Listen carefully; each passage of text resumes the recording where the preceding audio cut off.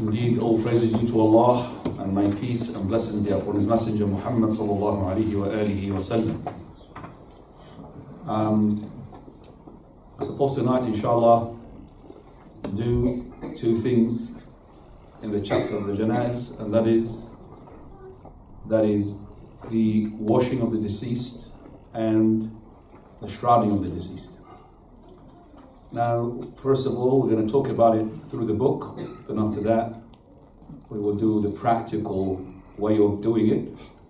We're not going to do an actual wash because it is no way that we're going to, make somebody who's going to be washed here. But we're going to explain, inshallah. But the shrouding, we got some cloths here, even though they're not the right color.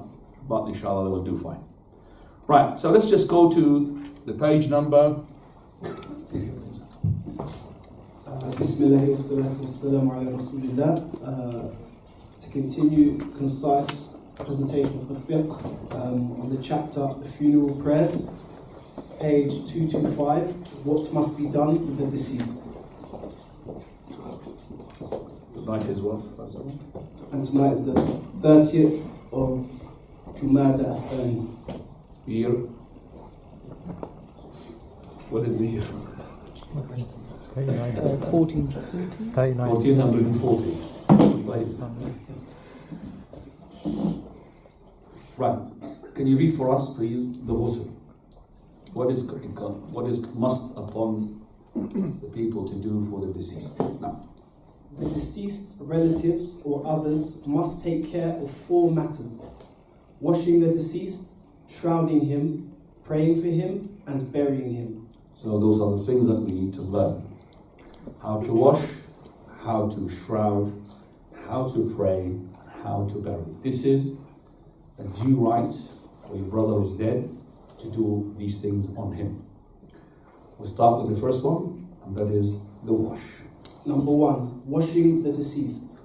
The conclusion that this is obligatory derives from the order of the Prophet ﷺ to do so, as found in numerous hadith, such as 1a, the Prophet ﷺ, who said about a pilgrim who died when his animal threw him, wash him with water and lotus leaves. Right. That was happened at the time of the Prophet ﷺ. There was a person who had fallen from his she-camel, and she-camel had stepped on top of him and he killed him.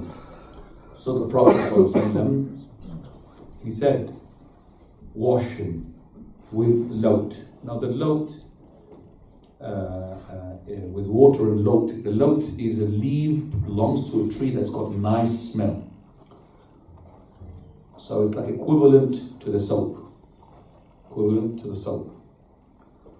And that's number 1. Number 2.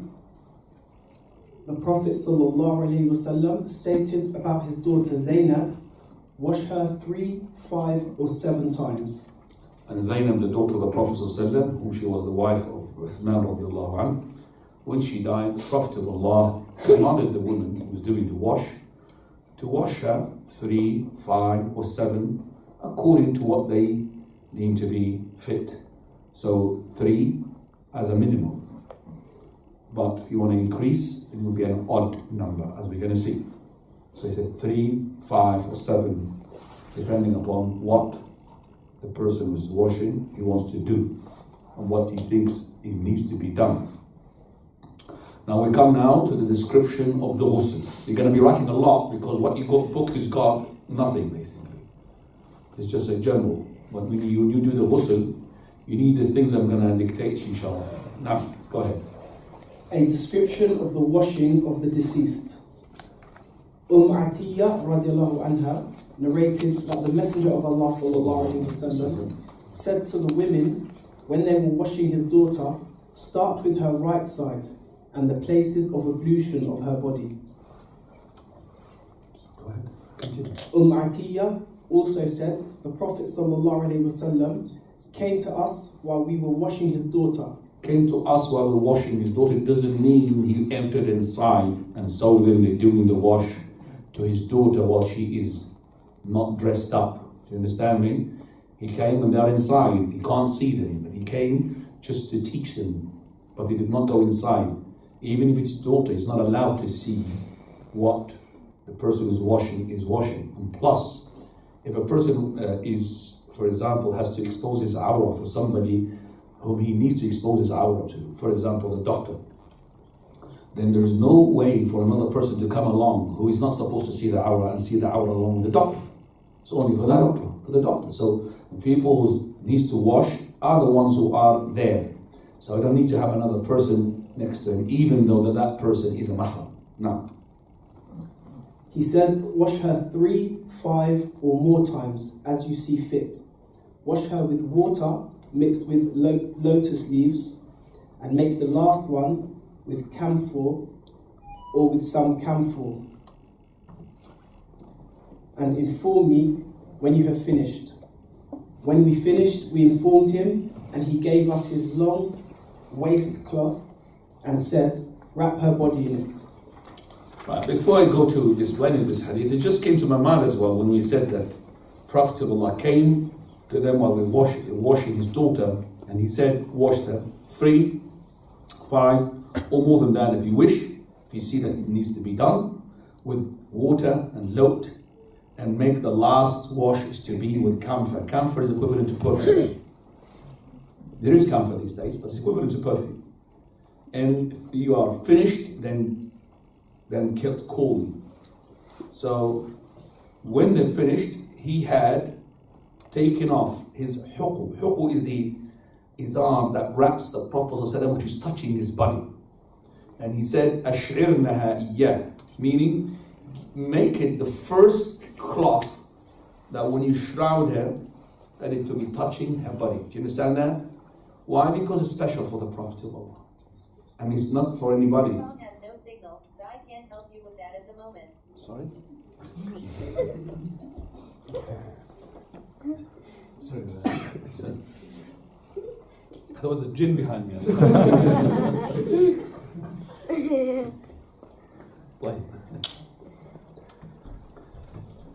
Right. So coming back, the Prophet ﷺ's items, that's for the Prophet of Allah and nobody else. Like for example, his pot, his clothes, his hair. When he touches something, that's for the Prophet of Allah, only the Prophet of Allah. So the Messenger of Allah, he gave his inside izar, okay, to be as a shroud for his daughter. And that is to gain the barakah. And for the Prophet ﷺ, he's given another companion a staff. And that staff was with that man. Prophet Allah said, on the day of resurrection, the ones who got staffs are very few from my ummah. Keep that with you so I could recognize you straight away. The ones who got the staff are a few from my ummah. So he got that one, so he wrapped it with him in his shroud. He had asked for his staff to be buried with him. There's a staff being given to him from the Prophet. Also, Prophet ﷺ, when he was sleeping on the mattress in the house of Sulaym, whom she happens to be the maternal aunt of the Prophet ﷺ, through fostering. That means she and the mother, the Prophet of Allah, they were sisters from milk. So he stayed in her house, and he was on her mattress, and he was sweating. And while he was asleep, she took some of that sweat by squeezing the mattress out, and she put that sweat in a bottle which contains the perfume for her children. And when the Prophet of Allah, noticed that, he woke up just like terrified. What are you doing, Sulaym? She said, Messenger of Allah, I'm taking your sweat and I'm mixing it up with the perfume of my children. So he acknowledged that and he did not say anything. That perfume, which is mixed with the sweat of the Prophet of Allah, Anas, whom is happened to be one of the sons of Sulaym, he asked for that perfume, some of it, which is for him, to be buried with him in the grave. To be buried with him. So this is only for the Prophet ﷺ specialty. Now, as I said, Prophet of Allah did not enter with the woman to see his daughter, she is not dressed up. She's supposed to be covered, but for the women they might see more than they normally see because they are washing her. And that is for me as well to remind the brothers who do have wives and they are about to deliver a baby. It's a very custom thing that is happening here. I've noticed that the doctors, they say that it's good for you to stay with your wife while she's delivering the baby. And there's a nurse's woman there around and all of that. And this is, for you, it's common. It's really not supposed to be common.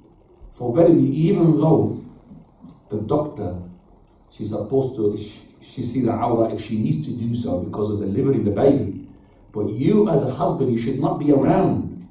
You cannot be around where women there, you yourself see the awrah of your wife. You're allowed to do so, but not in that moment where there's other women, who are strange, you're not supposed to be there. If you are the one delivering the baby, so nobody's supposed to be there except for you.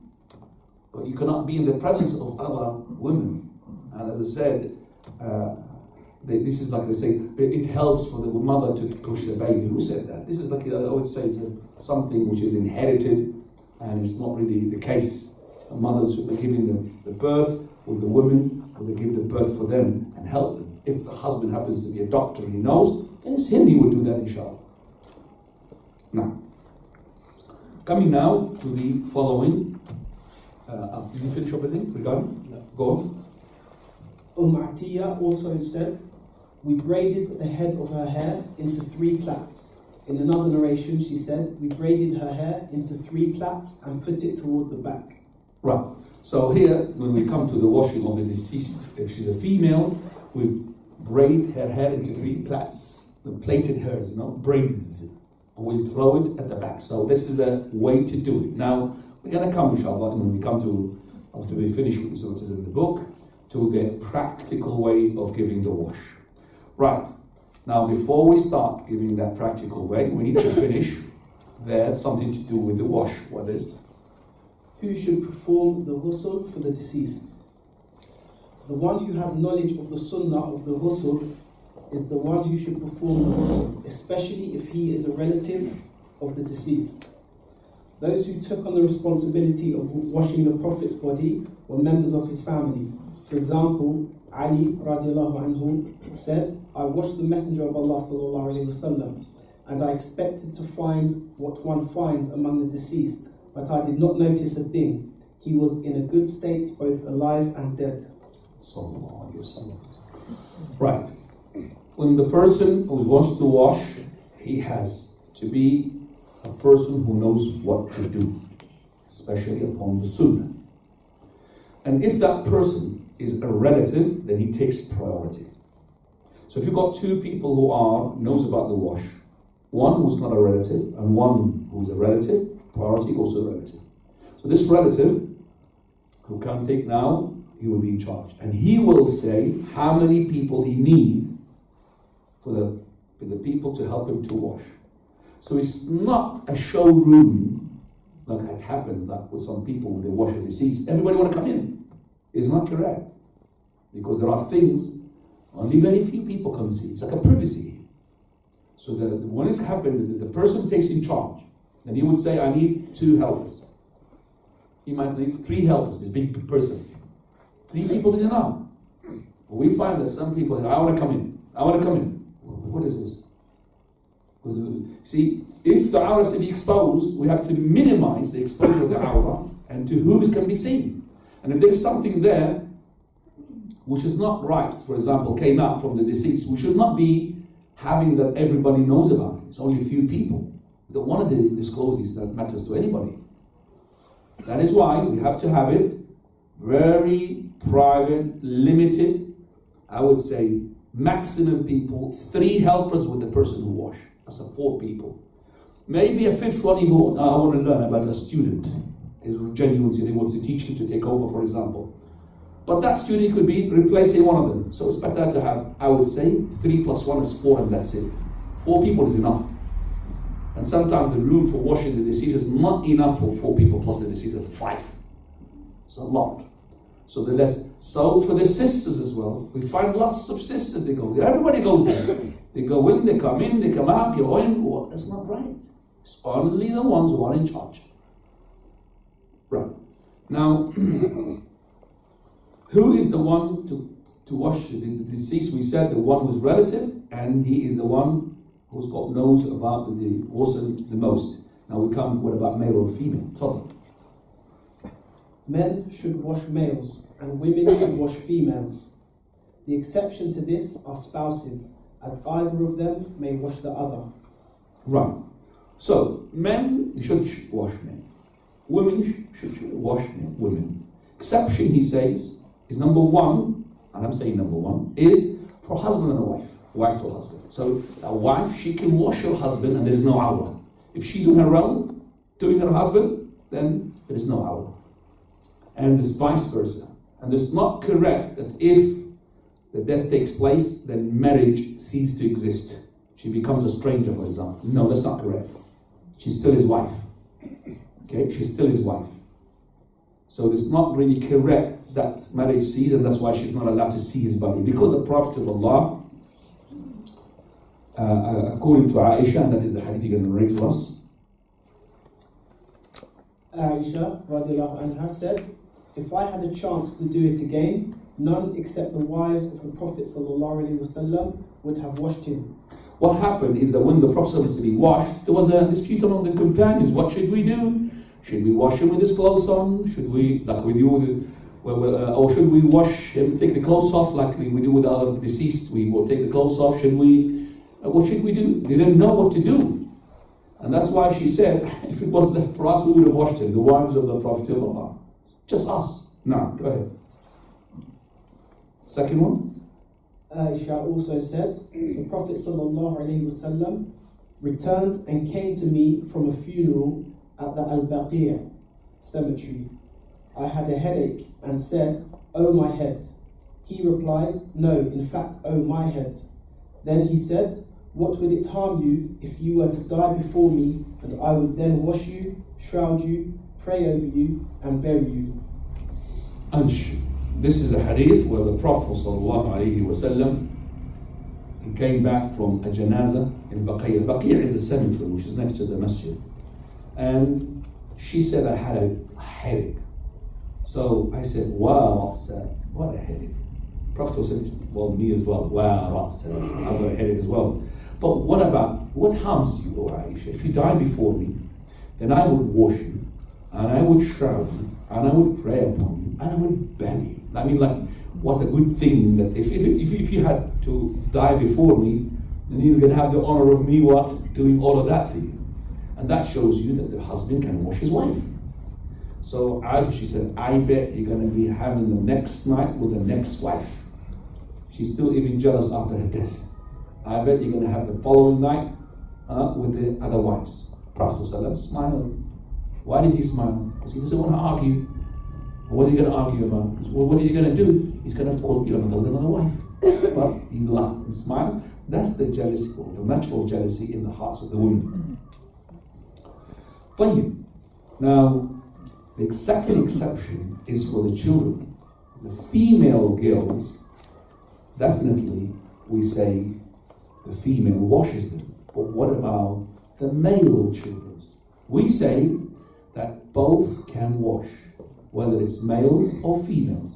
So if it's a child, 2 years, 1 year old, if he died from the males, both can wash. Either the females can wash it, the mother, or the males. More priority, and it's better who? Female to wash it. Because he keep washing his nappy, so they got used to wash the children. So if it's a baby child, male, still the female, the second exception, can wash it, no problem. Okay, so 2 exceptions we have got: husband to the wife, wife to the husband, and also the male children. Those male little children talking about the small ones, 2 years, maximum 3 years, and that's it, because they've been washed by their mothers, and they got used to that, so they will be familiar with this better than the males. Now we got to the last thing before we come to the shrouding, and that is it is not sanctioned to wash a martyr who has died on the battlefield. Jabir said, the Prophet ﷺ said, bury them with their blood that was on the day of Uhud. It is not sanctioned. So what does that mean? It is not allowed. It is not made permissible. It is not being legalized to wash the person who is shaheed. Now, we need to make more details. Shaheed means the martyr who dies in the battle. Even if he's to be on janaba, the story of Hanbala radiallahu anhu, whom he had heard the jihad for the battle of Uhud. Straight away he got off from his wife. He went to the battle and he was killed. Prophet of Allah sallallahu alaihi wasallam, he saw something that he did not see before. So he said, can you ask his wife what happened? She said, Messenger of Allah, as soon as he heard the call for the jihad, he left me after he had the marital relations. And that means he was on janaba. So he said, no wonder why I saw the angels giving him a wash. So he had a wash from the angels. Nobody can see except for the Prophet sallallahu alaihi wasallam. That's Hanbala radiallahu anhu. Second issue regarding the shaheed, we say the shaheed of the ma'araka. So the person was, let's say, like Abu Uthman ibn Affan and Umar ibn Khattab and Ali ibn Abi Talib, they both were, all of them were killed. They were like shaheed, but they're not the shaheed of the battle. Those has to be washed. Talking about a person who is in the fight. Finally, is that shaheed has to be a result of a wound from the battle. So for example, let's say that this person, he was fighting in the battle and he got been wounded.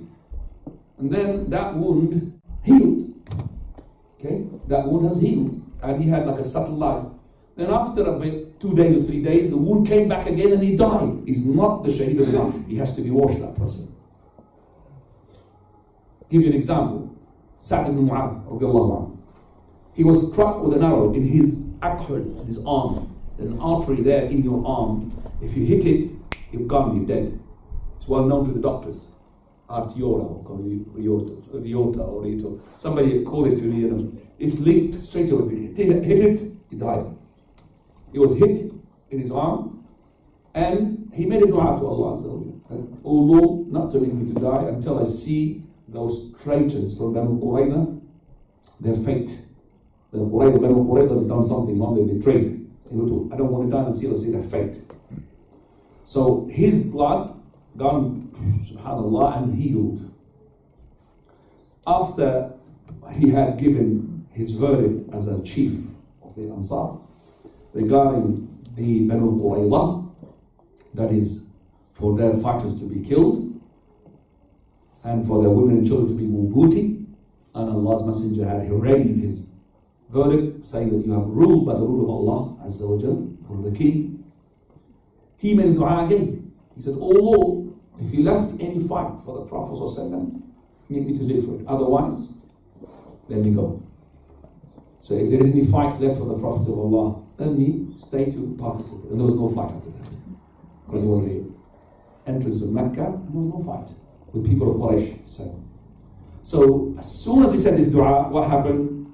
That wound which has healed, gushed back again. And he died. So even though that was a result from the battle, but because he had a subtle life, not a long time, days, few days, 2, 3, 4, 5 days, he was to be washed. It's not the one who is from the battle. It's from the battle, you may not wash him. You have to bury him without a wash. You could shroud him, you don't have to shroud him. It's up to you. If you shroud him, but there's no wash, because that wound of his in the battle exudes fragrance of the day of resurrection. Musk. Now we're coming to the practical way of the wash. So, first of all, okay, when we want to wash, we need to bring with us the following. As a person who wants to wash, you have to write these things. If you don't write them, you're not going to gain them. So if you want to wash a deceased, you have to learn these things. They don't come in a book. They come from practical way. Right, I would prefer if you bring with you apron and a mask, like a medical thing, what do you call that? Mask, yeah. Surgeon mask. Huh? Surgical mask. Surgical mask, yeah. Surgical mask would be good. Because sometimes the deceased have got a smell. You don't want to smell that. Okay? An apron just because in case that, things like blood comes out. So you'll be. Number 2, soap. Shampoo. This thing is soap, shampoo. You don't have to use soap as in soap, you can use the liquid. Can be used as shampoo and everything. Alright? The equivalent of that at the time of the Prophet was sidr, the lote. Lately. So this is the equivalent of lote leaves. Third one is camphor or alcohol-free perfume. So alcohol-free perfume equivalent to that is the camphor. This camphor, by the way, camphor is like a white thing. You put it in the water, you soak it. It's a very strong smell. Okay.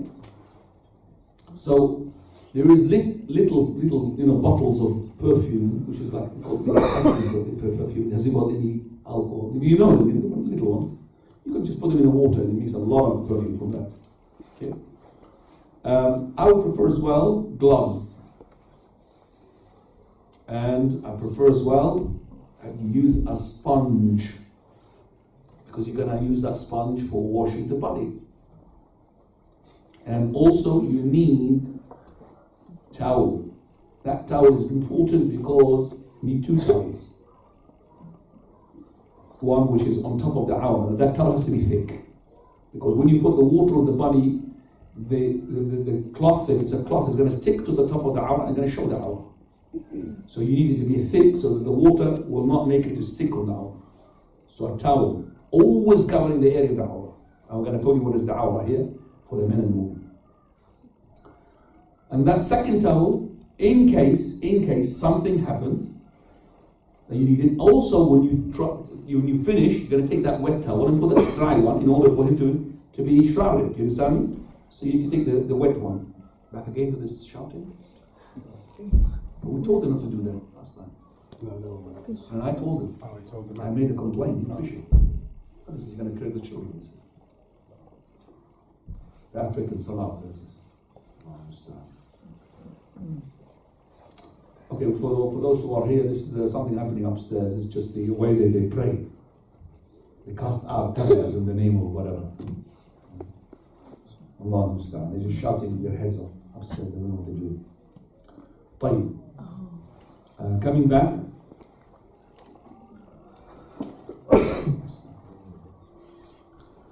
The awra of the male and the awra of the female. Awra of the male is between his navel and his knees. His navel is not awra, and his knees are awra. In between is the awra. So for you to always make sure that you cover the navel and a bit on top, because in case it goes down, and the knees and a bit down, so make the towel above the navel, the belly button, and below the knees, in order just to make sure that if he pulls it this way or that way, so that you still have a bit of cover. As for the female, even for the female, so it's not just the female for any of no, the female, when she washes a female, all her body is awra, except for the fold. That is below, so half of her leg, not the thigh. So it is even about 4 fingers below the knee. So that area is even awra for the woman to see even the knee. Not like the men here. The women, for the women, the knee is what included. So half of the leg she could see.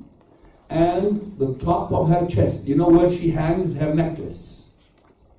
That necklace is the chest, so it's not allowed to see the breast. Okay? And Allah Musta'an. And the arms, have to need to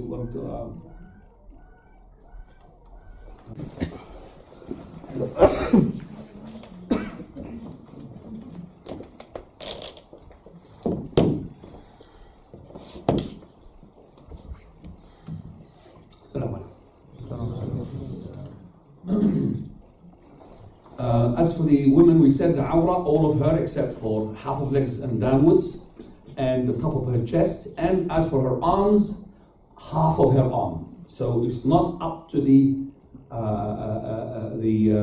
underarms. It's not half of her arms. So where she could put the like bangles for the feet, you could put, for example, like something on the arm up to there.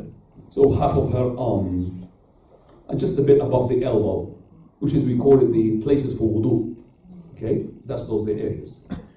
And her hair, of course, is allowed to show it, and then from the top of her chest upwards is no problem. But from that, she's to be covered. So if I may, I'm going to take a person to show you that what is the awra of the male. So I need a volunteer. Who's going to be a volunteer for me?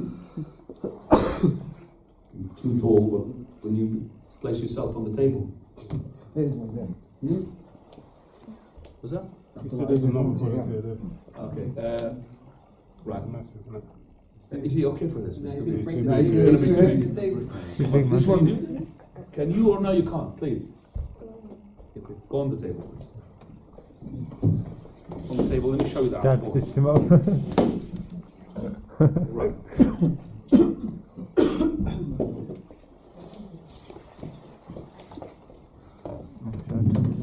Actually, that is a very good cloth like that to cover our because of the thickness of it. No matter what you put water in it, it will cover. You need a towel like that. Okay? So if he's got the clothes on, so I'm going to take off the clothes in him and I will show you, but I'm going to show you the awra first. The awra for the male is between his navel and his knees. So I need to cover. Come here, hold my microphone.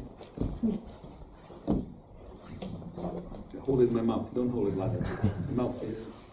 You're watching. You're not really watching my mouth. Okay. So that's actually okay. Right. That's well done for. Okay. That is actually enough for a male and a female. So for the male is covering well done, which is I need up to here actually, but it's okay. This is good because it might go like this way. And for the female, it's exactly correct because no, it is a bit more because this is the chest. So for the female, I'm going to do it that way. And that's for the female. It's a bit more. So right, no. Okay. So the female up to here. So, but this area, she's supposed to be like, okay, put me, it's all right. So, as long as so this towel, okay, they could wash this and wash it. This is awra. This area is awra here from this side because you don't want to show the breasts. So, if we can do like that, would be better. But I would prefer the sisters to put the cloth on top of this and make the wash from underneath. Okay. So wash from underneath because it's awra. Because once you show the underarm, you're going to show the breast itself. This is for the women. That's covering the area. And this needs to be covered all the time. So when I went to wash underneath, this is the sponge, with the sponge on my gloves, onto the awra in this area. Okay? So I'm using the sponge and the glove. So I don't touch the awra. And with a sponge. And I go between the legs. Okay? Washing. And it has to be somebody holding for me this. I'm not ready to go just and cover it. Male or female. Okay, it has to be all the time. Okay, covered out. I'm going to show you, inshallah, how to strip off the clothes. Just stand up if you want to sit down, if you want to watch us, or you just want to sit like this, if you like.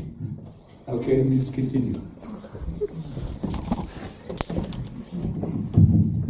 Okay, after we have said now the thing that we need to bring, we're going to, shall I explain what I'm doing with the boy? Is that okay with you? All right, okay. If I just go now, Carlos, we are ready with you. We are ready for you now. Okay, back again for the male. Come here. Okay, that's the male now. We're going to wash. Right. First of all, we're going to strip him out of his clothes. So before we strip, now stripping of the clothes, the scissors will be the best thing. So with the scissors, cut and then take it out. While you take it out, you have to have this placed on top of the awrah. So you take the clothes from this, strip it, take it out, and this is covering the area of the awrah all the time. This is very important. Then we need to make sure that he hasn't got any najasa left in his belly.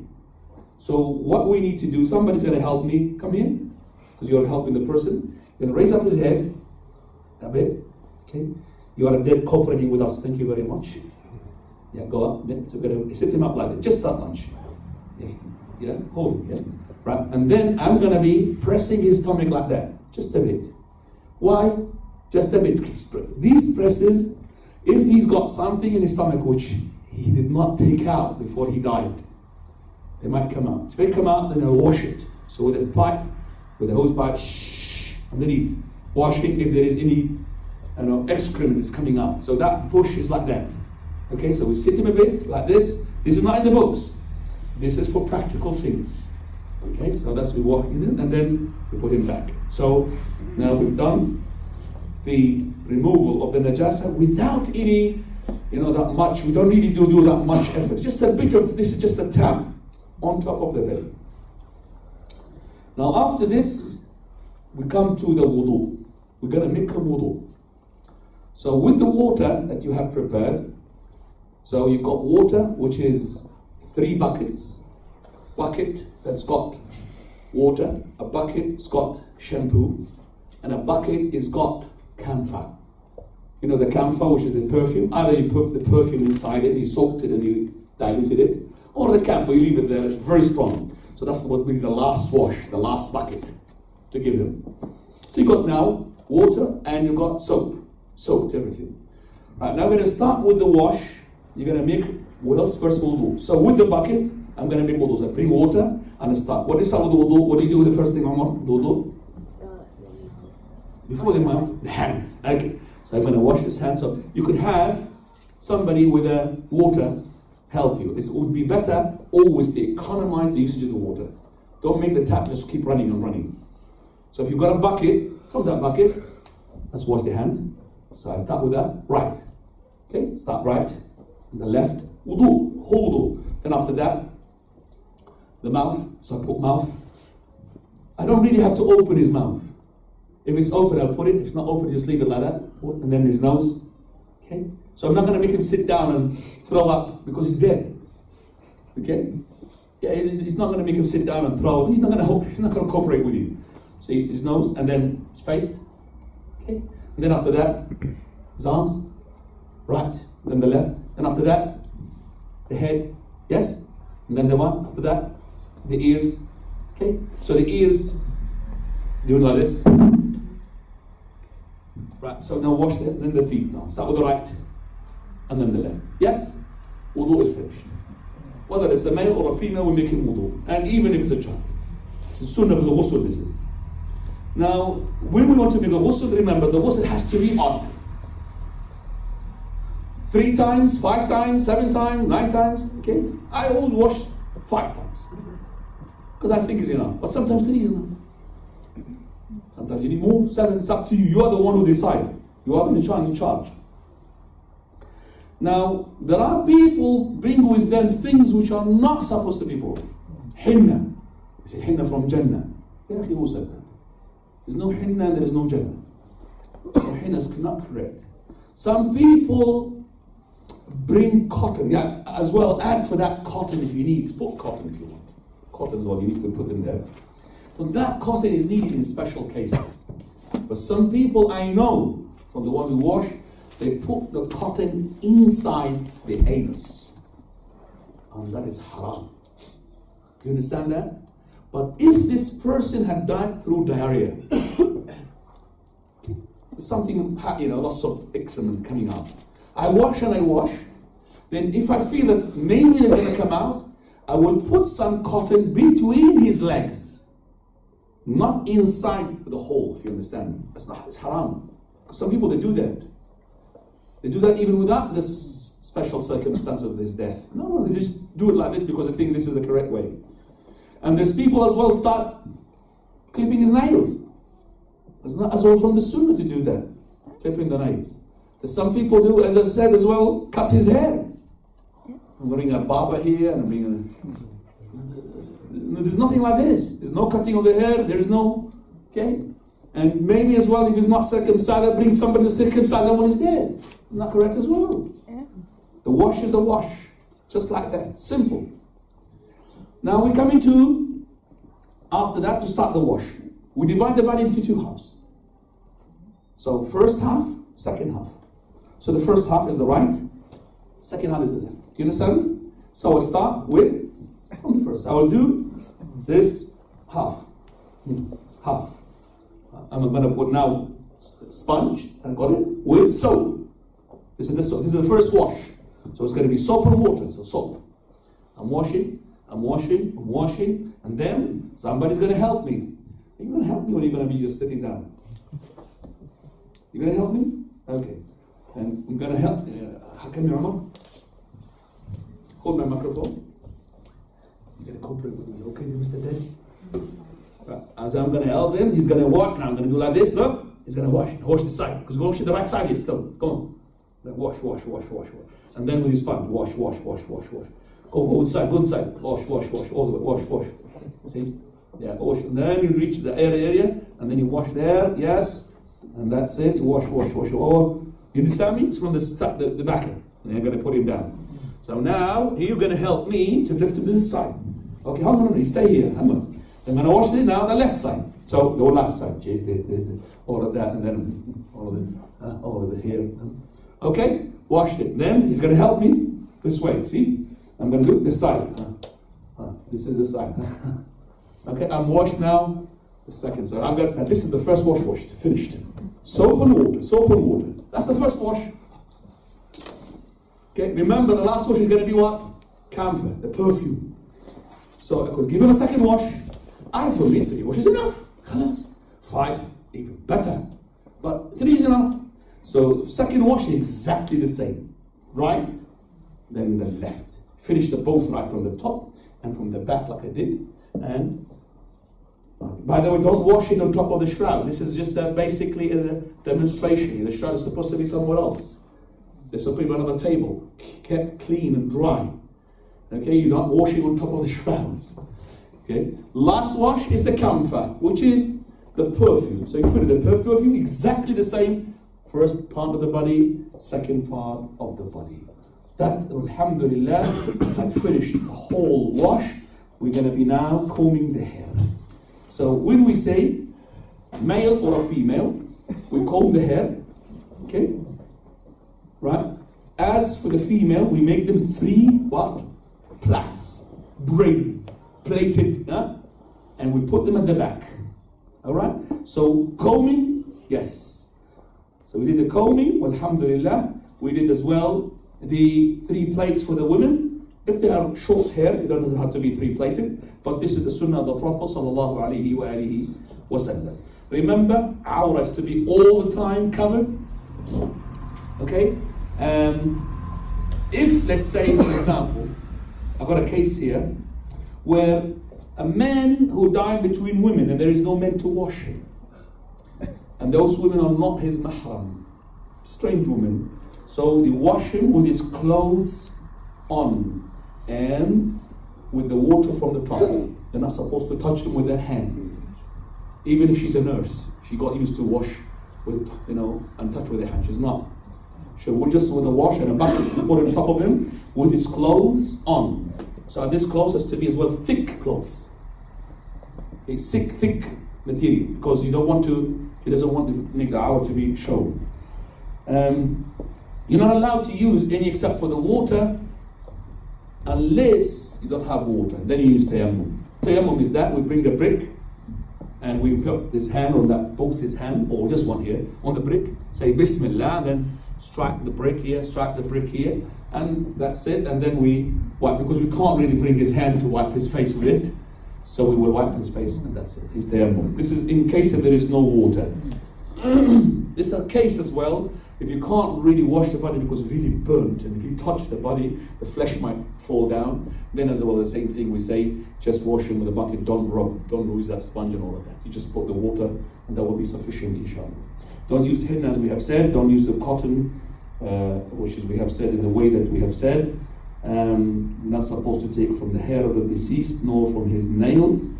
That will, alhamdulillah, complete the wash. Now the wash is ready. So he's ready now for the shrouding. Ready for the shrouding. Before I go to the shrouding, remember this is a wet towel, isn't it? Okay? So now I could take this towel and I bring another towel. So when I bring another towel, like this. So Amar, come here. There's another towel, okay? Come here, on this side. Hold this. Hold this. Hold it from here. Okay? Hold it from that side. You're gonna cut. You're gonna like a bigger shade on top of it. Can you just hold your two hands, please? Use the two hands. You don't know why you're shy. Come here. Right. So I'm gonna use this as a towel. So I'm gonna put it like this, and then do you understand? And then I throw that. Khalas. This is now the wet one, and he's got a dry one. So always the aura has to be covered. This is the privacy of the deceased. It's not supposed to be exposed. If you've seen something bad, don't say it to anybody. If you've seen something good, you could really relate it to other people. Something bad, you keep it. Don't say it. Unless you say it where the person is not known. Like for the person, you watch the person who does not pray. You've seen something there which is really bad.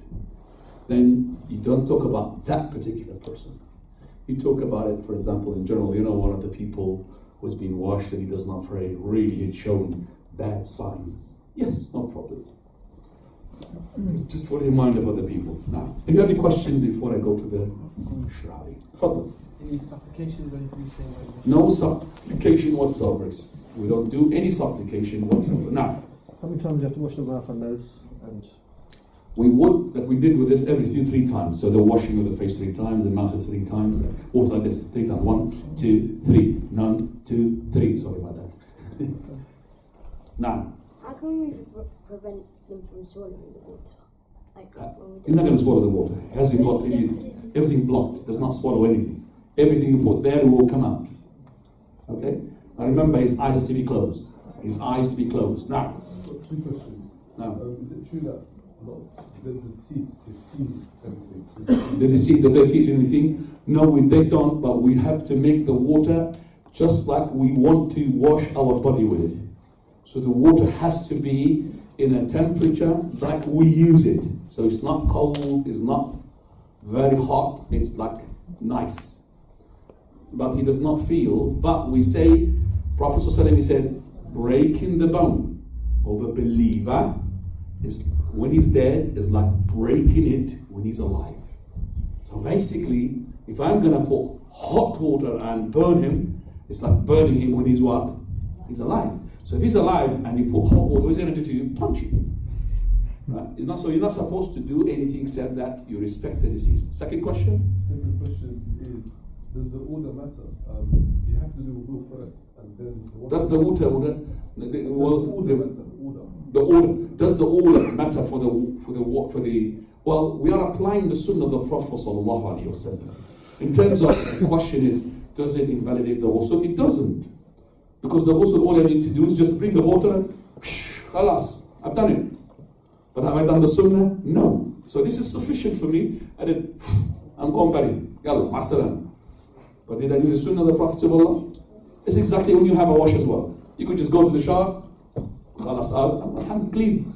Oh, you do the sunnah. When you start, you wash your hand, you wash your private parts, and you start with the wudu, and then you make the wash.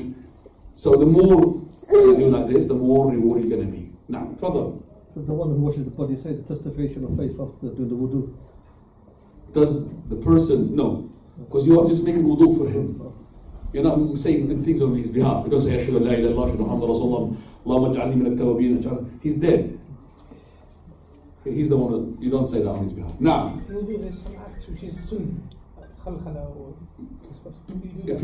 if he's got a beard, that's a good question. If he's got a beard, just like we comb his hair, we comb his what?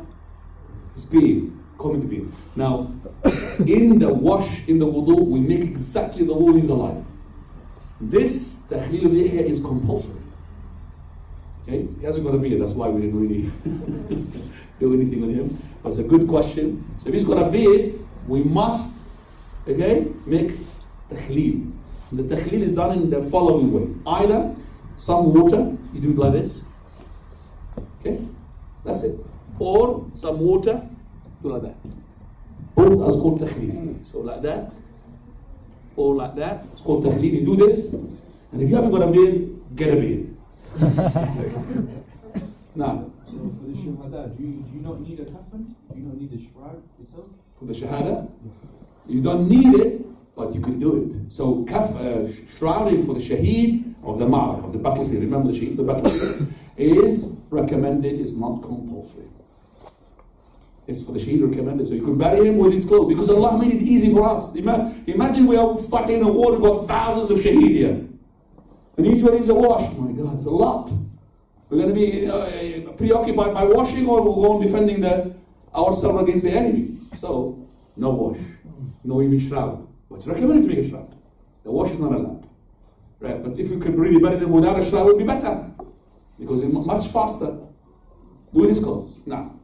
The one washing, he doesn't have to be in wudu or anything like that. Can he just wash? Person who makes it, he doesn't have to be in wudu. But when you wash the deceased, it is recommended, it's very good you asked this question, you added there as well. It is recommended to have a wash. The person who carried the deceased is recommended to have a wudu. After, not before. Insani? So if you have carried the deceased, recommended to have wudu after. If you have washed the deceased, recommended to have a wash, what? After. Not to have a wash because I want to wash the deceased. No. After washing the deceased, it's recommended to have a wash. Now, anybody else? The good questions, mashallah. Adding to the information that we have. The sister, you could ask questions as well from there if you have. Oh. If a husband is washing his wife, would other women be there? No. If his husband washing her, no, that he cannot. Because the problem is, we cannot expose the awrah of his wife to him while there is a presence of mahram like that. Because the women, even the women, they are not supposed to see more than the husband. So that is why a man cannot sleep with both his wife in one bed. Each one is separate. Same thing here with. So the wash has to be husband on his own, nobody else helping him. So the husband is doing it, is that how women still? No, if it's a husband washing his wife, no awrah. There's no awrah. Husband washing his wife washing her wife, there's no towel. Now, give me the question.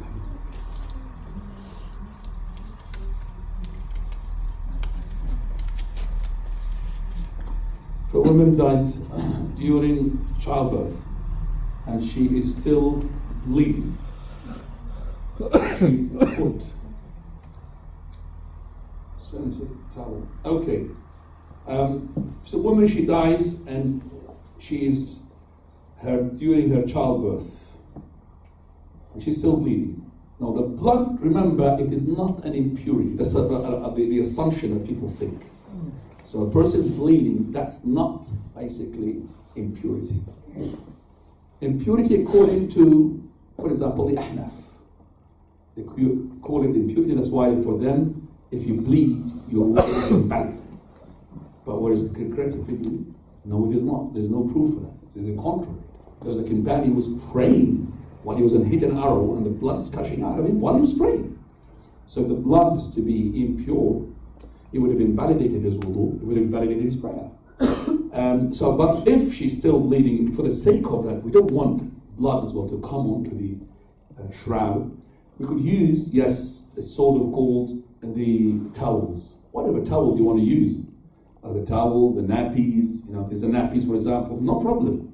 So these things like a little towels on the top of the area to make sure that she keeps the blood in check. Yes, no problem, inshallah. Fadal. The deceased, if he didn't reach the age of puberty, does he have to be covered like that, or could he? Just if he did not reach the puberty age. Well, the child awrah is not going to be as the adult awrah. If we need to expose it, we'll expose it. Why do we need to expose it? Okay? So that's what I said. The women would be better than the men. Why? Because if the men, you know, and you like you said, they're not really going to be, the awrah is going to be lowered, it's not going to be looked after and all of that. That might as well bring the shaitan to the man who's washing. Okay? It's better to have a female. The female, they don't have that because they got used to wash their children all the time.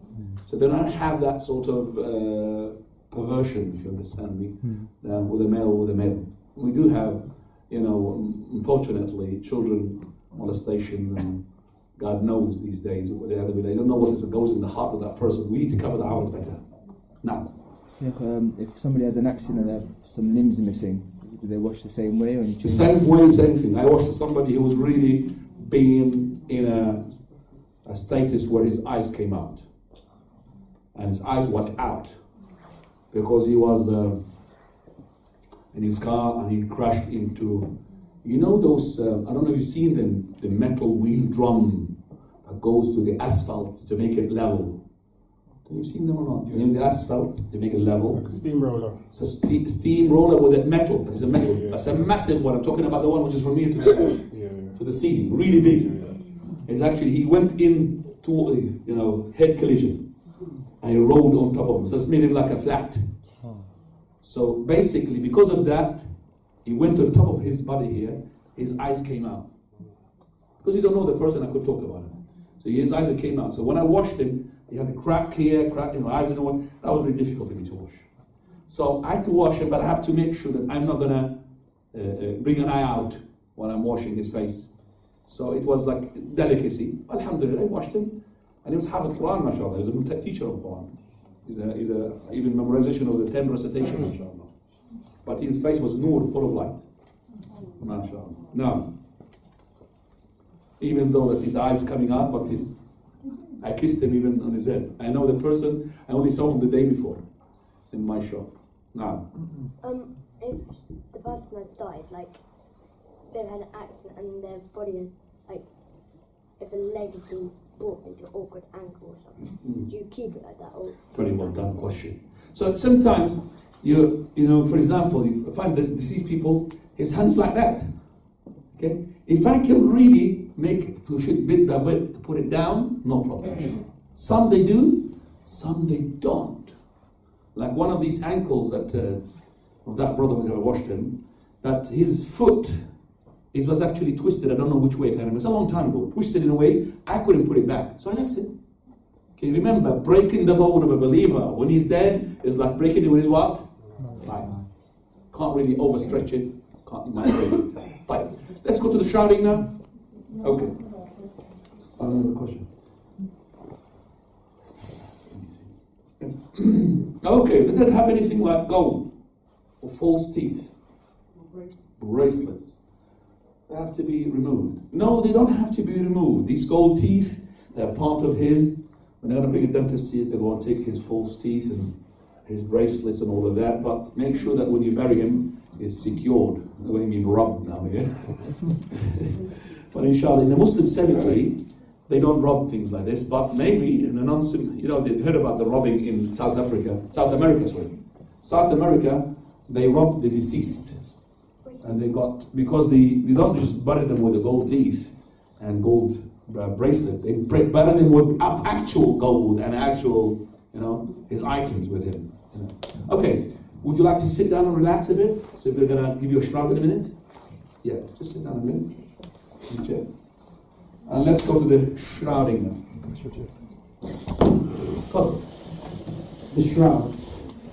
The conclusion that this is obligatory derives from the order of the Prophet ﷺ, who said about a pilgrim who died when his animal threw him, wash him with water and lotus leaves. Okay, there's something here we need to make sure that you understand as well, that the camphor and the perfume is being exempted for one person. Who is that? We cannot wash him with the last wash with his perfume. It should be normal water. Who is that? What type of person? Yes? And mulabbi. Very well done. I mean the one who is in the state of ihram. The one who is in the state of ihram will not allow to put any perfume in because he will be resurrected with talbiyah on his lips. Imagine everybody coming out of the grave scared for their lives and he's saying, Labbaik Allahumma labbaik. He's coming out like he's mulabbi. This is the best way to die, and because you're going to be resurrected in the way that you die. So he will be coming out of his grave making talbiyah. Labbaik Allahumma labbaik, labbaik la sharika laka labbaik. Subhanallah. So no perfume. And not only that, there will be things that to be followed now. The shroud or its price is to come from the wealth of the deceased, even if he did not leave anything else behind as inheritance. Okay, well, that doesn't mean I cannot donate his shroud. Do you understand me? But if there is nobody to give for the shroud, the shroud goes from his money. So before we give the inheritance, before we divide between the people who are the heirs, we have to what? Take the money, which is for the funeral. Funeral now these days, procession, takes a lot of money. For about 3,000. That it goes from the will of the person who died. Before we start now dividing the money. So the first thing, the priority goes to whom? We said number one. Number one, funeral cost. Remember? Number two, debt. And debt is in categories. Which debt goes first? The debt of? And before that, releasing the assets. You remember? To release the asset. The debt of Allah and then the debt of the people. And after that, it goes to who? The will. What did he say? Will. And after the will, goes to what? Inheritance. Inheritance is the last thing. After all this, we call it the prioritization and awlawiyat. Fine. Right, go ahead please. Khabbab ibn al-Arat said, we emigrated with the Prophet ﷺ seeking the pleasure of Allah. Our reward was upon Allah. Some of us passed away without consuming any of his reward in this world. Those included Mus'ab ibn Umair. On the other hand, some received our rewards in this life.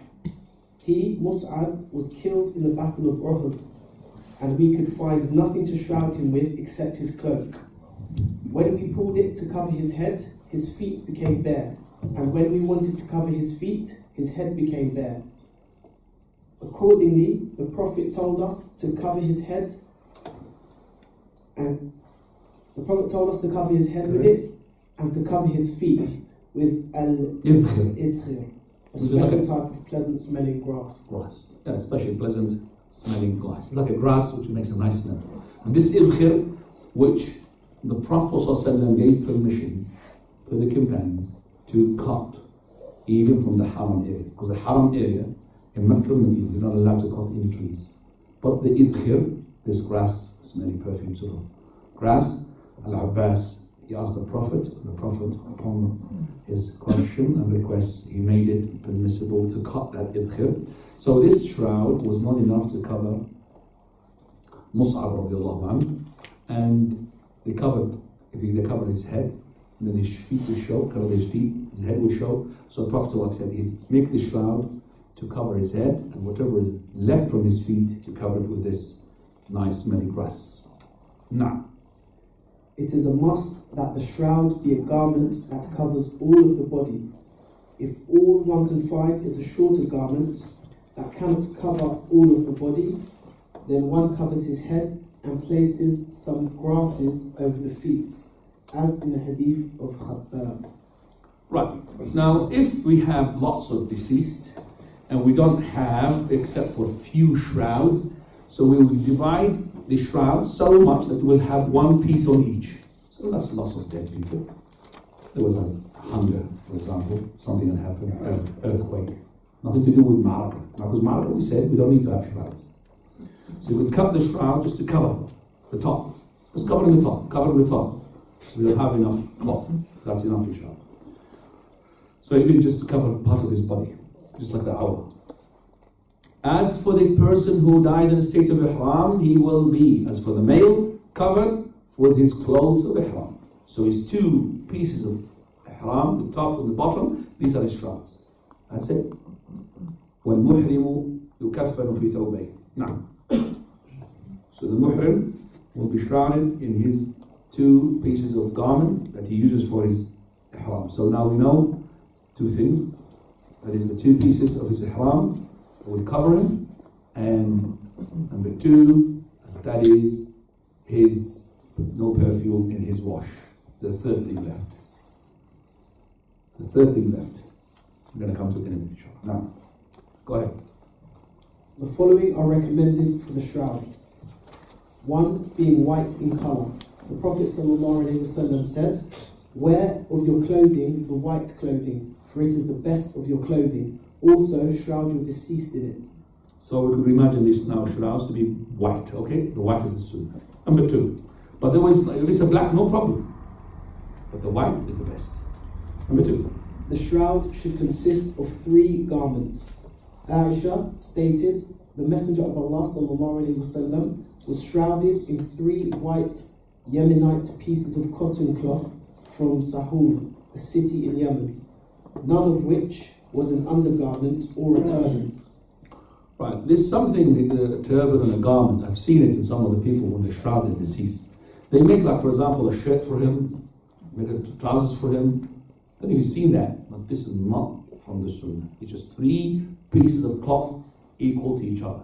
Just like this we've got in the table. That's it. Which is enough to wrap him, okay, whether lengthwise and widthwise. So in terms of lengthwise, if you have 2.5 meters length, and if you had, in terms of widthwise, about 1.5 meter, 1.5 width, 1.5, and 2.5 length, that's enough. Unless it's a basketball player, huge, and he has to have a special piece of cloth. Okay, but the normal is enough. 2.5 by 1.5. Now, listen to me. This point is very important. 3 is recommended. So 1 is enough. 2 is enough. So you could have 1 or 2. But more than 3, bid'ah. Even for the woman. So there's no such thing more than 3. So the maximum is 3. 1, no problem. 2, no problem. 3 is the sunnah. Recommended. Above 3 is not correct. There is a hadith from Hadith Layla bint Uqaif al-Thaqafi, which is not authentic, that she's been shrouded in 5 pieces of cloth, and that's not authentic. Third one. If possible, one of the garments should have a striped pattern. Jabir narrated that the Prophet ﷺ said, "If one of you dies, and if it can be found, let him be shrouded in a striped garment." Stripe means habira. That means the cloth is white, but there are little lines black. Is that from Yemen? So this is if you can find it. But the white is the overwhelming color. And those little stripes are just like little black ones, little black lines. But the white is the overwhelming color. Right. What is the third thing that we did not really talk about of the person who dies in ihram? We said the one who's a shaheed is not to be washed, not allowed, even if he dies in janaba, but he could be shrouded, recommended, but it is not compulsory to be shrouded. Fine. And the washing is to be done even for the baby. So the wash, even for the baby, you have to wash it. It's a must wash it. Even for the baby who comes out dead, sick, you wash it. So the washing for the siqt.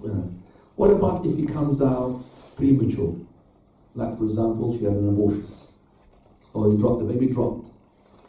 We say the wash is compulsory as long as he had passed the age where the soul belonged to him. Now, the age where the soul belonged to him has difference among the scholars. Some they say it is 40 days, some will say they're 120 days. Most of the scholars are 120 days. So after that, the wash is compulsory. The wash is compulsory. Before that, it is not compulsory. You can just bury him straight away.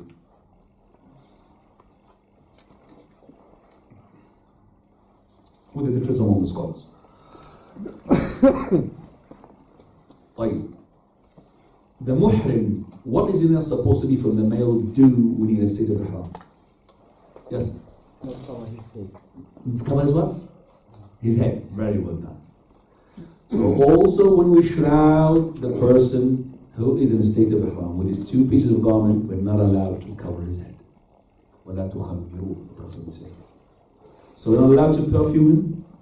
We're not allowed to cover his head. And we have to shroud him with his two pieces of ihram. Allah. He comes out in a state of ihram. So he leaves his grave in a state of ihram, fully. So no covering of his head. So we got like Mus'ab ibn Umayr will cover his head, even if he was shaheed. But the one who is muhrim, no, different. To show you that the Hajj is a great act of ibadah.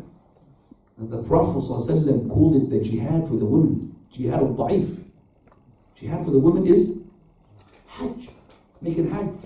And when the person makes Hajj, he comes back just like his mother giving birth to him. Newly born. Hajj. Allah, if Allah had facilitated for you Hajj, then you have to be, mashallah, feeling, alhamdulillah. Just facilitated for you Hajj. This is an opportunity to use everything. Right. Coming now after the washing of the shroud, we come to the shroud in the practical. Go back, please, to your shroud, and let's go to the practical. Practical way is as follows. The best thing is to have the shrouds done in the way that I've done them. 3 sheets on top of the table like that, equal to each other. And then I'm going to go do the following with the help of Umar. Yalla Umar, come here. So, here, go to that side. Give me the first layer at the top. Yeah, give it to me. So you're going to, that's the one, yes. Is it the first one there? Is it the first layer? I tell you, he suffocated. Right, so this is the first layer. You're going to cover him with it. So that's one. Are you okay? Yeah. Keep talking. Right. Now this is really big. Usually this is the case, will come up to, that way. Right. Second one. Okay, so this is the first one. So this one we call it idraj. This idraj is not in your book, you find it as well. It's called idraj. Idraj in the sunnah. This is the idraj. The idraj is like this. So one end goes like this, another one goes like this, another one goes like this, another one goes like that. Called idraj. So they are more tight. So give me the second one. Are you okay? Second one here? Yes? Yeah. See the second one? This is actually better than the first one because it's really huge. So the second one is actually, look, that's this, and that's the second one here. That's it. Right, you okay? Breathing properly? You're not dead, are you? Okay, can I just ask you, Mr. Dead, to put your feet like this? Okay. Third one. You see the idraj now? You see the idraj now? Third one like that. Come on, go on, help me. You're doing something. Help me, yalla. That's it, go on. Yes. Right. He is now ready. So what do I do now? Okay, so hold. I'm going to cut a piece of cloth. 4 strings will be. 4 strings. 1, 2, 3, and 4. 1, 2, 3, and 4. You understand that? 4 strings. So hold. I do like that. And then 1 string here. And then 1 string here. And 1 string for the feet to get it together. And the last one. Now ready to be prayed upon and then buried. Off we go. Khalas. Yalla, you are done. Any questions? What if there's no body, like the body was lost? What about the body lost? We can't do janazah on hopes. You can't do drugs on no body. You cannot make a wash for the air or shroud for the air. What are you talking about? What do you do? If somebody is dead, okay, does this happen or you just asking like a I question? was like if people fall off boat and like drown. Oh, so we know they're dead, but we cannot get them. Yeah. Not the lost. We're talking about something which doesn't really exist. So somebody, we know that he's dead. Yes, we make salah on a ghaib. Just like the Prophet ﷺ, he did a prayer on Najashi. No problem. But to go and pretend that there is somebody there and wash the air, and that's crazy people. Fadl. You know, you said the dead person's money will go to like the janazah. What if the person was like poor and barely had any money? So what does he do with the poor Umar? His relatives. The relatives ask, so everybody will donate. Now, People in the Navy, Muslim soldiers in the Navy, can they be buried at sea? Not chucked into thrown into the sea. if he dies in the Navy, Like a Muslim soldier, like in a Muslim army. yeah, you can't chuck him in the sea. Why? Because they're on long tours, aren't they? Okay, if we don't really have, this is a creating question now. If we don't have a beach or a land by which we can get to it before the body needs to be ate, then yes, we could bury him in the sea. But if we know that we're gonna, land somehow before this body is gonna alter and change, it takes about 3-4 hours to arrive. Yeah, we know we ship them in the airports. It takes a long time, like a day or so and so forth. Now, Is it fine if... can we just ask questions which are really realistic? No. Is it fine if one of the sheets get punctured? No problem with the puncture. Even if you got some blood came out, don't worry about that. No. After janazah, people normally show the face of the dead body, and people normally go and look around it. And Right. What is the Islam stand regarding person who's been now shrouded and is ready to go and pray? The prayer is not yet ready. Am I allowed, for example, to relative to see him? Yes, no problem. So after you have washed him and prepared him and shrouded him, you could pass him by the house. And they've done that at the time of the Prophet ﷺ with Sa'd ibn Abi Waqqas, where that Sa'd was passed for the women to see him, to look at him in the masjid. So the women, they saw him. So no problem, as long as it does not entail haram. There is no wailing, putting up the hair and striking the cheeks and all these jahiliyyah things, screaming. It's none of that. Now, If you know that he never prayed, and he told you that he never prayed in his life, if I know, he must tell the people, just let them. if I know that he doesn't pray, now I am between the two opinions of the scholars. As you know, some of the scholars, they say that the person who does not pray out of laziness, he is still a Muslim, but he's a criminal, a wicked. But some scholars, they need to be him as a kafir, he's not a Muslim. So now, if he is from the people who are adopting the opinion that the person who does not pray out of laziness is still a Muslim, then he has to be prayed upon, and he has to be buried in the Muslim cemetery. But if it's a person who believes from the other side of the scholars, where a person does not pray out of laziness, he is a kafir and outside the basically the fold of Islam, and he's not allowed to be washed, and he's not allowed to be shrouded in Islamic. He has to be dumped somewhere, and cannot be even buried in the Muslim cemetery. But I'm asking, where is that cemetery that the Muslims, where they bury their deceased who will not pray? It does not exist. Have you heard about a cemetery where it's for Muslims who will not pray? I haven't heard about it yet. Do you understand? Muslim cemetery, Kafir cemetery, that was Christian, Jewish, Hindu. But we never heard about Muslims who do not pray cemetery. I've never heard about this yet. So, I would say to that person who adopts the opinion where people who do not pray out of laziness are kafir, is to step aside and let those people who believe he's a Muslim, and he should not pray. As for the Imam, whether he adopts this opinion or not, he should not pray upon that person. The Imam, you should make it even known to everybody that I'm not praying on this person because he was a bad person. Whether he was not praying, he was a fornicator, was he was a drunken person, whether he was a con, whether he was a thief.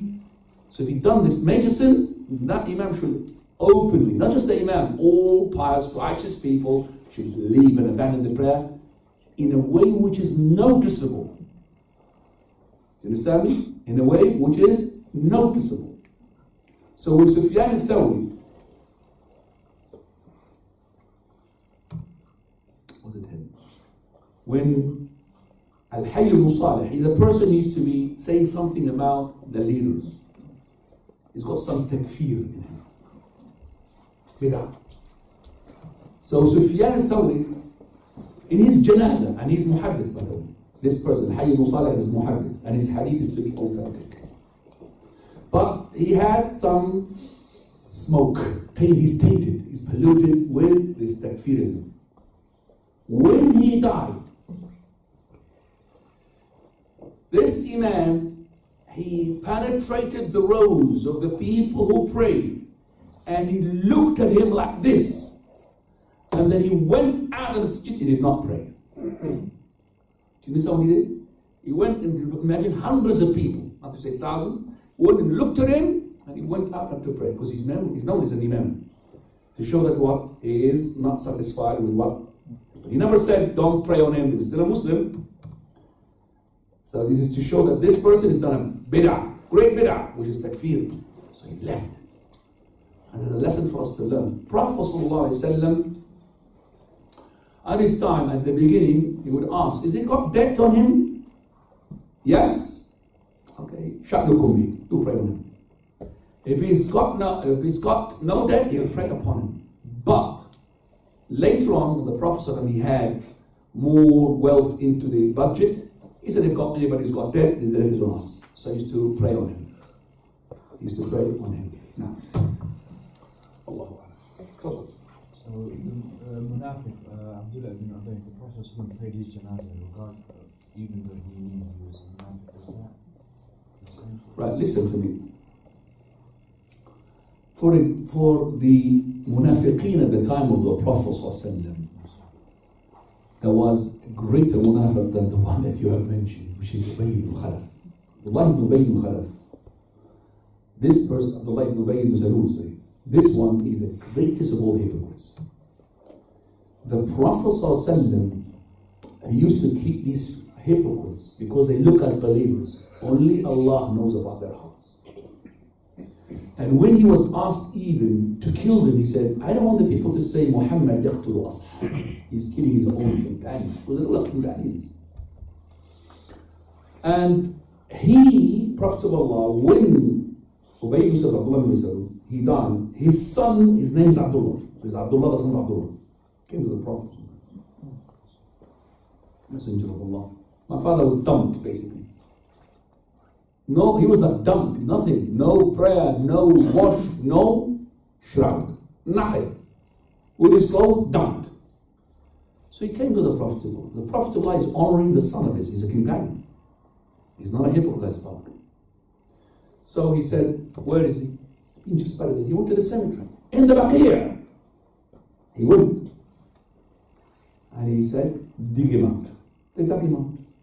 Let's companion with him, along with him, Umar Khattab. They dug him out.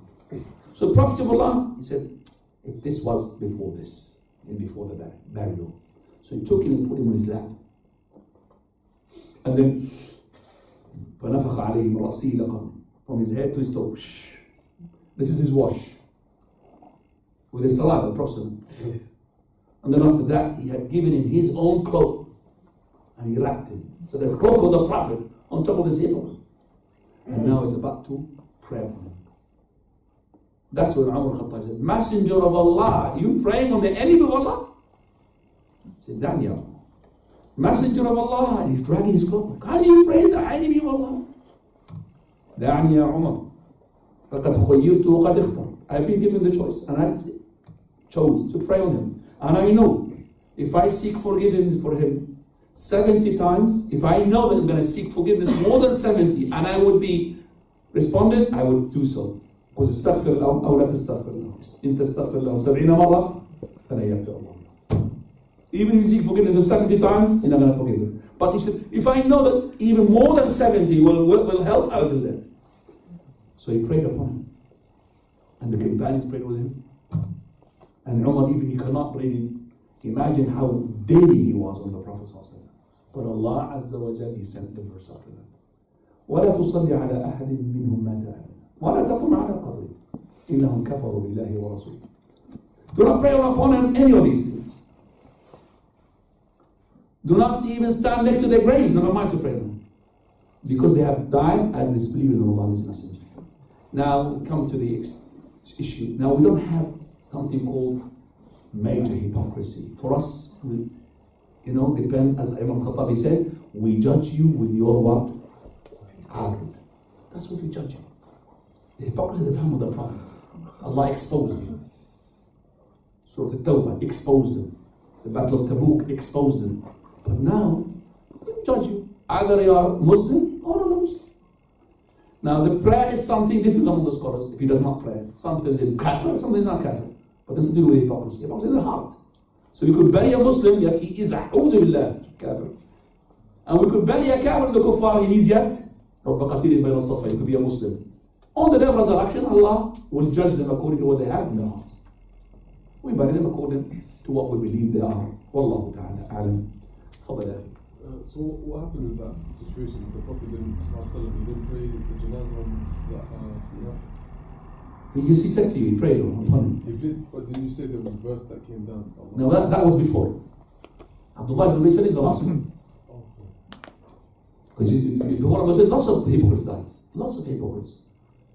And the Prophet ﷺ, even after that, he gave the names of the hypocrites to whom? He did not disclose it to everyone. The major hypocrites. So they were dying and they were buried as a Muslim. Nobody knows. Because they judge them with their appearance. That's how we judge you. We don't judge you with what you're inside your heart. So basically, Umar Khattab radiallahu anhu, he kept asking Hudayfa, am I in the list? Am I in the list? Umar is asking who is in the list. So if Umar will ask who's in the list, what should we do?